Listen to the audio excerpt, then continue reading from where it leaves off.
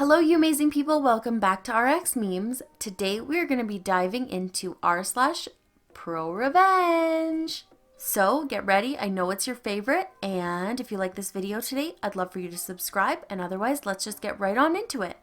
Gym member flips out at me for not knowing who he is. Months later, I get to call him out for it in front of people who matter to him. Posted by user/Edward Roivas. The time was the mid-2000s. Edward Roivas had graduated from college and was having trouble landing his first professional job.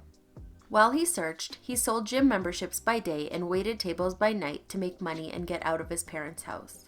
My first week on the job at the gym, one of the front desk girls needed to use the bathroom and asked if I would cover. Just take their card, swipe it, and offer them a towel. If they don't have their card, look them up on the computer. Can do. I swipe a few people in. It's around 4:30 and some people are coming from work. An older guy, probably in his 50s, think this actor but shorter, walks in. He is in his suit, indicating he is coming from work with a gym bag over his shoulder, and the angle at which he is walking indicates he has no plan at all in an attempt to swipe in. I professionally say, "Excuse me, sir, can I see?" He glances at me and continues to walk into the gym. Keep in mind, I was new, and I had gone to a 3-day training, overkill, on different ways to sell the gym. And one of the key points was safety, saying things like, "We only let members in, we have everyone's licenses and information on file," etc. I think of these points, so I come out from behind the desk thinking I will gladly look this guy up if he forgot his card. As I approach him, I start to say how I need to swipe him in, and he freaks the fuck out on me. It's been over a decade, but the main points where he comes here every day, he never swipes in, and everyone knows who he is, and I am an idiot. All as loud as he could be, in my face, and very aggressive. I am completely taken aback, embarrassed, and angry. The gym manager comes out of his office and settles things down and tells Gene he can head on in. The manager tells me Gene doesn't like to swipe in, and that when they see him, they just search for him and let him walk on. I'm pissed, but the manager seems to just accept it as something that happened. I continue to work at the gym for 6 months, seeing Gene a few times a week and never saying a word to him. Eventually, while I was gone, one of the other sales reps took one of my prospects and signed them up. The sales girl told the prospect she was my manager and she would make sure I got the commission. She was not a manager and did not. The only reason I know is because the gym member told me. I call her out on it, she defends it. At this point, I had already put in my 2 weeks notice and the manager tells me not to come back in.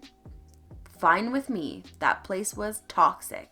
4 to 5 months later, I get a job at an asset management company and I am thrilled. I like my work and the boss who I directly report to is pretty high up in the company. I work on a building that has 16 floors and the company I work for occupies the floors 14, 15, and 16. I rode the elevator with my boss a few times and saw him interact with the bigwigs from other companies that are on the other floors of our building. They had an informal group that would often go golfing and go to dinners with each other. One day, I am waiting for the elevator to leave for the day when my boss come out and get on the elevator with me. We start to go down, picking up more and more people who are trying to get home, and 3 of them are executives in my boss's social circle. We stop at a floor, and who should get on the elevator, complete with his gym bag, was Gene. He and my boss shake hands, begin discussing weekend plans, etc. My boss then introduces me to Gene, and I give 0 fucks. I've been thinking about this guy for months. "Oh, Gene and I have already met," I say in a tone that dictates Gene and I have some history.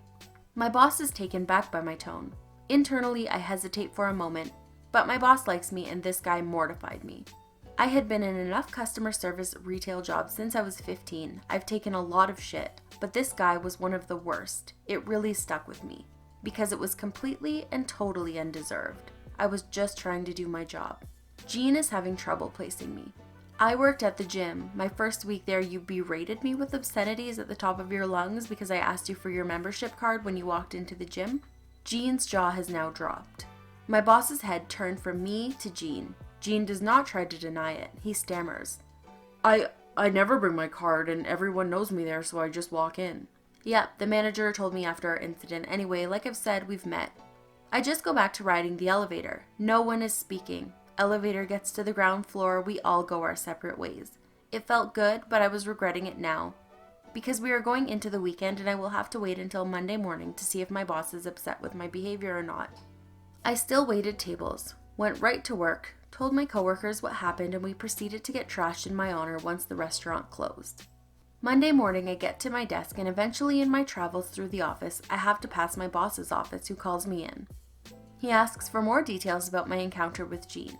I pretty much gave all the details in the elevator. It was my first week selling gym memberships. He knew of this job, as it was on my resume. I was covering for a front desk person who needed to use the restroom. Jean walked in, and I was told to scan everyone into the gym.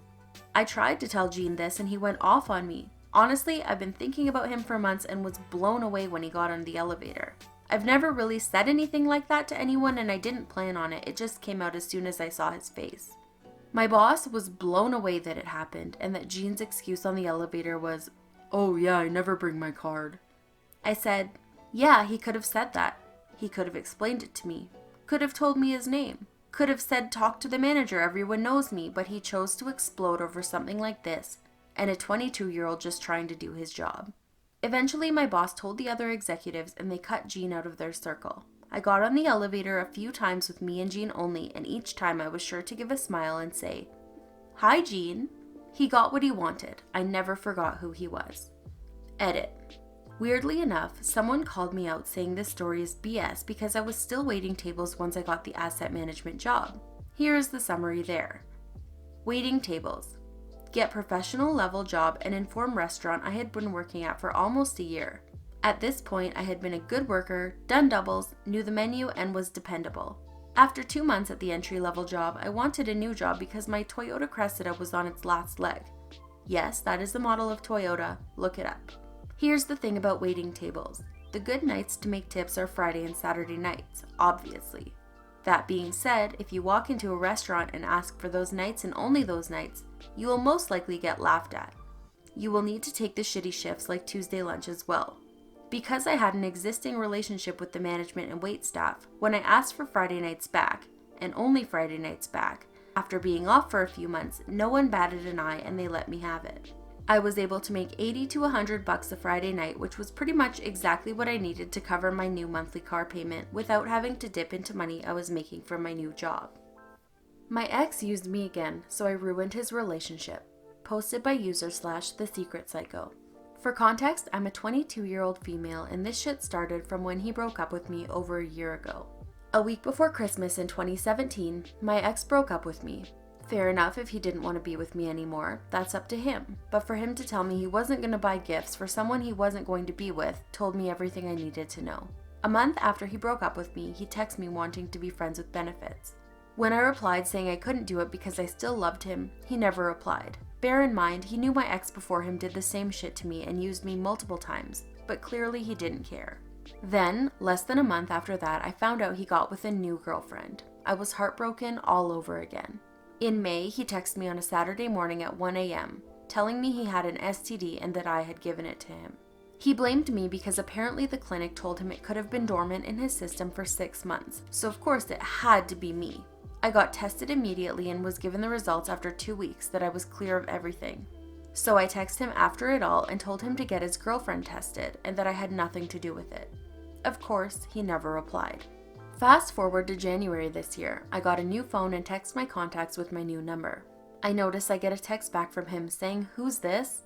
I was thinking, shit. I told him who it was and apologized that I had accidentally messaged him along with my other contacts. I added on the end of the text, "I hope you're okay." In all honesty, I hadn't got over him.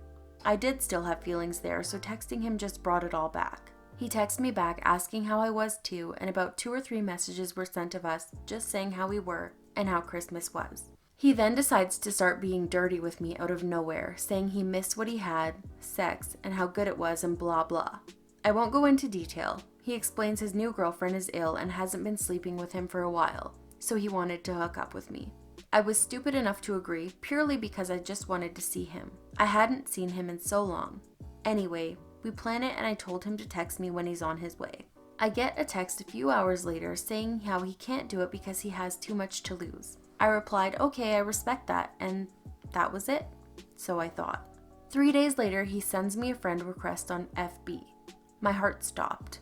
What the fuck was he playing at? Because he had previously blocked me, for some reason Messenger wouldn't work, so when I accepted, we couldn't message each other. so he texted me instead. He told me that he wanted to see me tonight because his girlfriend treats him like shit and he wants to hook up with me. I agree because, again, I want to see him. I won't go into the details of the texts because, quite frankly, I'm embarrassed at myself for them as well as being disgusted at him too. But he comes over to my place about 2 hours after the texts begin. I opened the door and I don't know how to describe how I felt. Shocked? Confused? I felt like I was meeting him for the first time all over again. He doesn't waste any time and comes in, shuts the door, and immediately starts kissing me. I can't really describe how it felt. I just knew it wasn't the same. It felt forced on his part. We got upstairs and, well, got down to business. We didn't even get to the best part before he stopped. Here's what went down. Are you okay? No. Why? I can't do this, I'm sorry. Oh, okay. She broke up with me today. This is just karma for what I did to you. I hurt you and now she's hurt me. Me, crying, not knowing how to react or what to say. My ex gets off the bed. Just get dressed. I can't do it. It's too soon. Okay. I'm sorry. It's just too soon.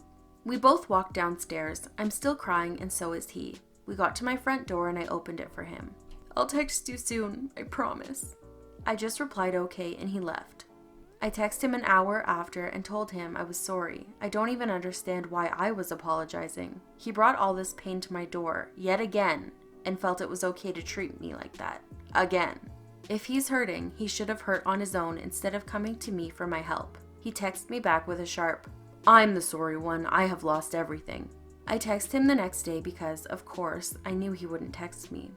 I told him if he wanted to talk to just text me when he's ready. This was his exact reply. I still have the texts. Look, I shouldn't have done that last night. I'll never be ready. I can't have you in my life if I'm moving on. I'm going now. Good luck. I'm so sorry. He then proceeded to block me on everything again and left me to hurt all over again like I meant nothing. I spent the next 2 weeks wondering what the fuck I had done to deserve it. I also felt stupid for even letting him come see me. Then I decided to check if he had unblocked me on Facebook, and of course, he had, to purposely show me that he had got back with his girlfriend. I was so angry. How could he do that to me? So I thought, okay then, now it's time for your karma.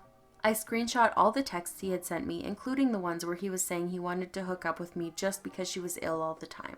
I sent all of them to her and apologized to her for some of them being so graphic. She replied to me, thanking me for the messages, told me she appreciated it and that I had balls of steel for doing that. She also told me she wasn't sure if I knew they were back together, but after this, they're no longer together. I felt amazing. A few hours later, he messaged me calling me a moron, congratulating me for being so stupid and that he never wanted to hear from me again. I replied, "You're welcome. She had every right to know and she deserves better. Bye." And I blocked him. I don't regret what I did, and I'm so glad I told her because she deserves better and so do I.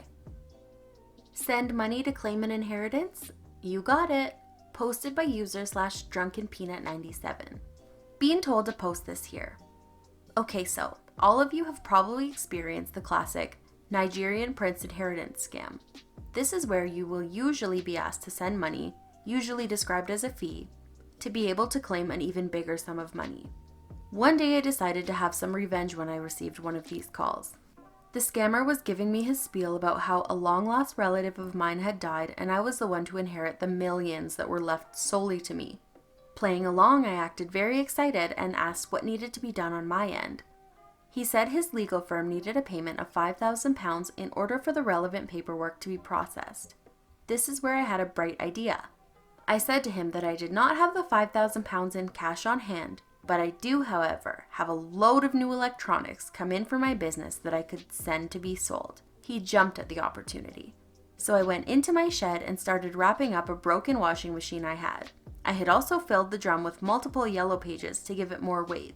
When I organized the special courier to come pick up the massive parcel, I said that the delivery fee would be paid in full at the other end, with the delivery fee totaling over £500. I paid a small deposit and off the package went. A few weeks later, I got a confirmation that the parcel had been picked up and the full invoice paid on collection. I wish I could have seen the scammer's face when he opened it. Apologies for the format, as on mobile. Girls shouldn't win math competitions, so my son should win. Posted by user /Yumi1756. I'm a high school student and this happened to me in 9th grade. I'm sorry for any grammatical errors because English is not my first language. My teacher decided that I should compete in a math competition because she saw potential in me. I agree because she was my favorite teacher. I did not really care that much because I was kinda lazy at the time. On the day of the competition, I saw a kid, let's call him EK, boasting about how he didn't sleep because he reviewed everything. I was annoyed, but I didn't really think much of it. The results came, sure enough he won, but I got 2nd place. I was shocked and happy at the same time, and so was my teacher. Everything was all sunshine and rainbows until I heard this lady, EM.